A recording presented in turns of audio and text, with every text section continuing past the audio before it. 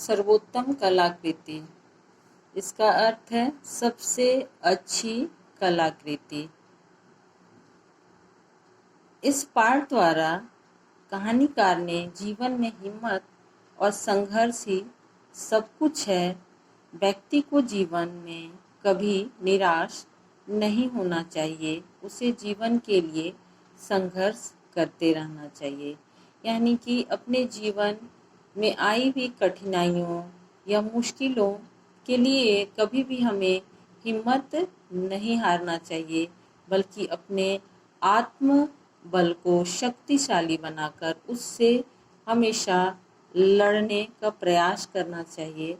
तभी हम उस मुकाम को पा सकते हैं या उससे जीत हासिल कर सकते हैं।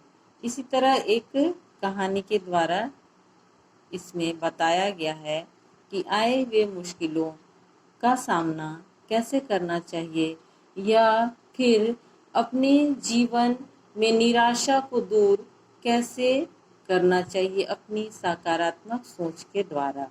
कभी भी अपने जीवन में नकारात्मक सोच को पैदा होने नहीं देना चाहिए। इस पाठ का सबसे मूल मंत्र है कि कभी भी अपने जीवन में नकारात्मक सोच को हावी होने देना नहीं चाहिए। वो हमें कमज़ोर बनाती है और हमारे आत्मबल को तोड़ देती है, जिससे हमारे जीने की इच्छाएं खत्म हो जाती हैं। कभी भी हमें उससे हार नहीं मानना चाहिए। हमारे जीवन में चाहे कितनी भी तरह की समस्याएं क्यों ना घिर आए या आ जाएं। अमेरिका के वाशिंगटन शहर में एक बस्ती थी। मैं शॉर्ट में इस कहानी को बता रही हूँ। इस बस्ती में सभी कलाकार लोग रहते थे। वे चित्र बनाते थे। उन चित्रों को बेचकर ही उनका जीवन यापन चलता था। निर्वाह होना यानी कि जीवन यापन चलना। इसी बस्ती में बहरमन नाम का एक चित्रकार रहता था। उसकी आयु लगभग 60 वर्ष थी। वह अन्य कलाकारों के लिए मॉडल बनाता था। यही उसकी जीविका का साधन था। बहरमन चित्र भी बनाता था, किंतु वह अपने जीवन का सर्वश्रेष्ठ चित्र आज तक नहीं बना पाया था। बनाना तो दूर, उसने अभी तक उसे बनाने की शुरुआत तक नहीं की थी। बहरमन के घर के ऊपर एक और घर था। उस घर में 2 सखियां रहती थी, यानी कि 2 सहेली रहती थी, जिसमें एक का नाम सुमेन था और दूसरी का नाम जानसी था। दोनों अलग अलग शहरों की थीं, पर पक्की सहेलियां थीं। दोनों मिलकर चित्र बनाती और उन्हें बेचती थी। दोनों का काम क्या था कि दोनों चित्र बनाती और उसे बेचती थी। एक बार सर्दियों के मौसम में भीषण सर्दी पड़ी। उस वर्ष सर्दी के साथ साथ निमोनिया की महामारी भी फैल गई। हजारों लोग निमोनिया के शिकार हो गए। कलाकारों की बस्ती में भी कई लोगों को निमोनिया हो गया। एक दिन जानसी वर्षा में भीग गई और उसे ठंड लग गई। शाम को उसे हल्का हल्का बुखार भी था, पर उसने इसकी परवाह नहीं की और चित्र बनाते रही। रात को उसका बुखार और तेज हो गया। सुमेन सुबह डॉक्टर को बुला लाई। डॉक्टर दवा देकर चला गया, पर जानसी का बुखार नहीं उतरा। कई दिन बीत गए। जानसी का शरीर बहुत दुर्बल हो गया, यानी कि कमजोर हो गया। और एक दिन डॉक्टर ने सुमेन को बताया कि जानसी को निमोनिया हो गया है और इलाज का उस पर कोई असर नहीं हो रहा। अब तुम ये जानते हो कि इलाज का असर उस पर क्यों नहीं हो रहा था?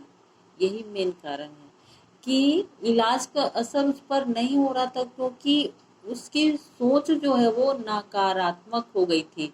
उसे लग रहा था कि इस बीमारी से बच पाना उसके लिए संभव नहीं है, अब वो नहीं बचेगी।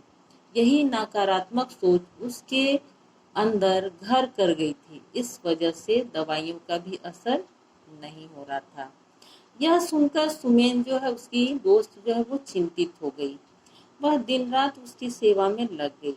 जानसी बिल्कुल चुपचाप रहती। वह न बोलती थी और न हंसती थी, क्योंकि वह जान रही थी कि मैं नहीं बचूंगी। इसलिए वह अंदर ही अंदर दुखी रहने लगी, जीने की आशा छोड़ दी थी। यही कारण है कि उस पे दवाइयों का असर नहीं हो रहा था। अब डॉक्टर ने उसे सलाह दी सुमेन को कि तुम्हें झांसी का मनोबल को बढ़ाना होगा, क्योंकि उसको आत्मबल की उसमें कमी हो गई थी, उसके मनोबल की कमी हो गई थी। उसे दवाई से ज्यादा उसके मनोबल को बढ़ाने की जरूरत थी। डॉक्टर बोले यह तुम ही कर सकती हो, यदि तुम यह कर पाई तो अवश्य ही बच जाएगी, नहीं तो उसका बचना मुश्किल है। डॉक्टर चले गए। सुमेन झांसी के पास गई और बोली, ओ मेरी सहेली, जल्दी से ठीक हो जाओ। डॉक्टर कह रहे थे अब तुम बहुत जल्दी ठीक हो जाओगी।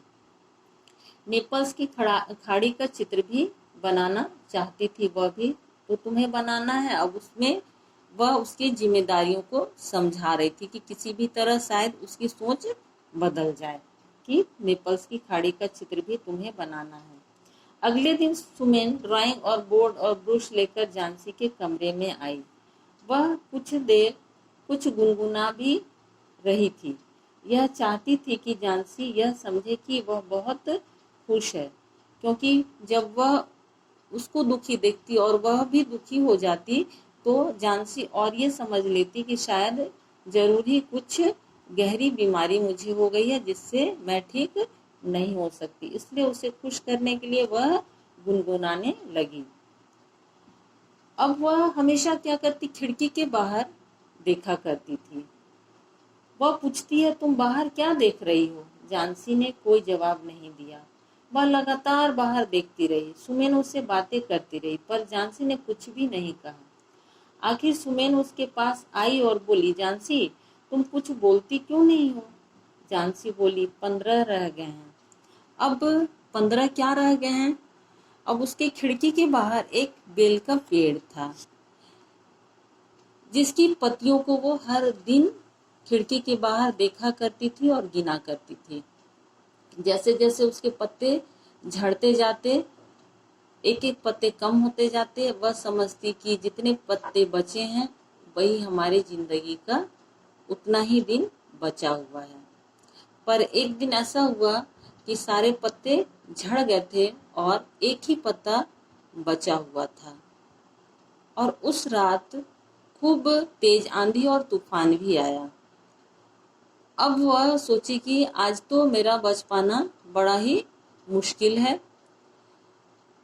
अब चित्रकार बहरमन ने भी सोचा कि अगर यह पत्ता आंधी और तूफान में टूट जाता है तो उसका बचना भी मुश्किल हो जाएगा।